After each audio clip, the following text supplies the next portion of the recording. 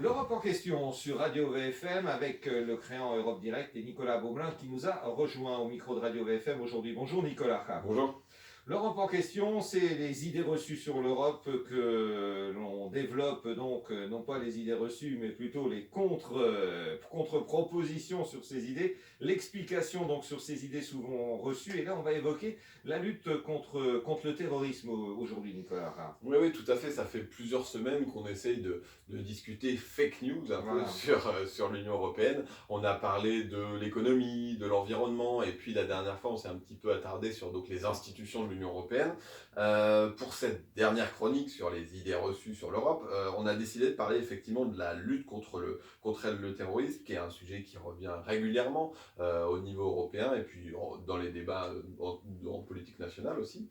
Alors quel serait le premier sujet qui vous vient à l'idée quand on parle de lutte contre le terrorisme? Quelle serait la première fake news? On dit que l'Union européenne fait rien pour lutter contre le terrorisme, tout simplement. Voilà. Oui, oui, tout à fait.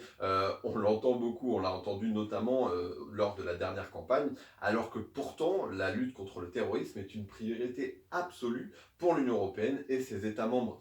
Suite aux attentats qui ont frappé de nombreux États membres, et en particulier la France, l'action européenne s'est encore renforcée pour mieux coordonner le travail des services de police, donner à ceux-ci des outils plus nombreux et plus efficaces, et prévenir les attentats, notamment par un meilleur contrôle des armes à feu et une surveillance renforcée d'Internet. Depuis 2016, on a aussi un membre de la Commission qui est spécialement en charge des questions de sécurité, dont l'importance n'a cessé de croître dans l'action européenne. Mais est-ce que l'Union européenne est vraiment mobilisée aux côtés des États membres? Tout à fait. Depuis les attentats du World Trade Center en 2001 et puis de Madrid en 2004, l'Union européenne s'est dotée d'instruments pour renforcer sa capacité d'action. Bien sûr, les questions relatives à la sécurité continuent d'abord en premier chef de relever des autorités nationales. Cependant, les attentats qui ont frappé plusieurs États membres depuis 2015, la France, l'Allemagne, la Grande-Bretagne, l'Espagne, les Pays-Bas, la Belgique, la Finlande, la Suède, le Danemark, désolé pour cette longue liste, ont accru la détermination des 28 États membres à se mobiliser ensemble face au terrorisme. La menace reste encore forte, car malgré les victoires sur le territoire, sur le terrain en Syrie et en Irak, l'idéologie meurtrière de Daesh continue d'opérer. Alors concrètement, qu'est-ce que l'Union européenne met en place pour nous protéger de ce terrorisme? En fait, ça fait bien longtemps que l'Union européenne se coordonne pour lutter ensemble contre le terrorisme. En 2002, déjà, l'Union européenne s'est dotée d'une définition commune du terrorisme, qui lui permet aujourd'hui de disposer d'une base juridique commune pour traduire une personne devant la justice des États membres. Un coordinateur européen pour la lutte contre le terrorisme a été nommé.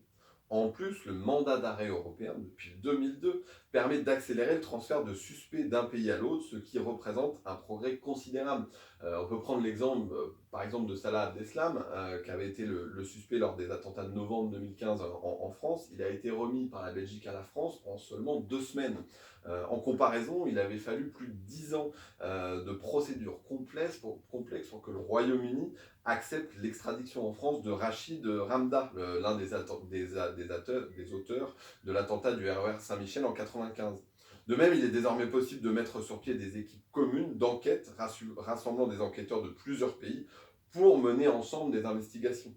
Une telle équipe a été mise en place au lendemain des attentats du Bataclan entre la France et la Belgique avec le soutien d'Europol et d'Eurojust et a donné des résultats probants. Alors malgré cela, on entend dire que les terroristes, ça peut rentrer comme ça veut en Europe, et faire des allers-retours dans les différents pays européens. Tout à fait, c'est encore ce qu'on appelle une fake news. Le fichier européen de passagers, mis en œuvre en France à travers la récente loi antiterroriste, permet justement de contrôler les mouvements des personnes voyageant par avion dans l'Union européenne. En outre, depuis 2017, des contrôles systématiques sont en place à nos frontières extérieures afin que chaque personne, y compris les citoyens européens, soit contrôlée via les bases de données européennes. Et c'est bien ça qui est intéressant, la coordination au niveau européen. Ces contrôles aident à l'identification des personnes recherchées, y compris les éventuels combattants de retour des zones de guerre, tels qu'en Syrie par exemple. Et de votre côté, Nicolas, la question du terrorisme, vous en pensez quoi par rapport à l'Europe?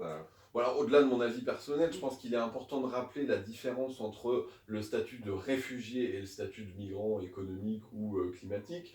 les États membres de l'Union européenne, puisque l'une des valeurs de l'Union européenne, c'est la solidarité, ont la responsabilité, au niveau de la communauté internationale, d'accueillir les personnes fuyant des territoires de guerre. Donc ça, c'est la première chose, et c'est le fait d'accorder le droit d'asile.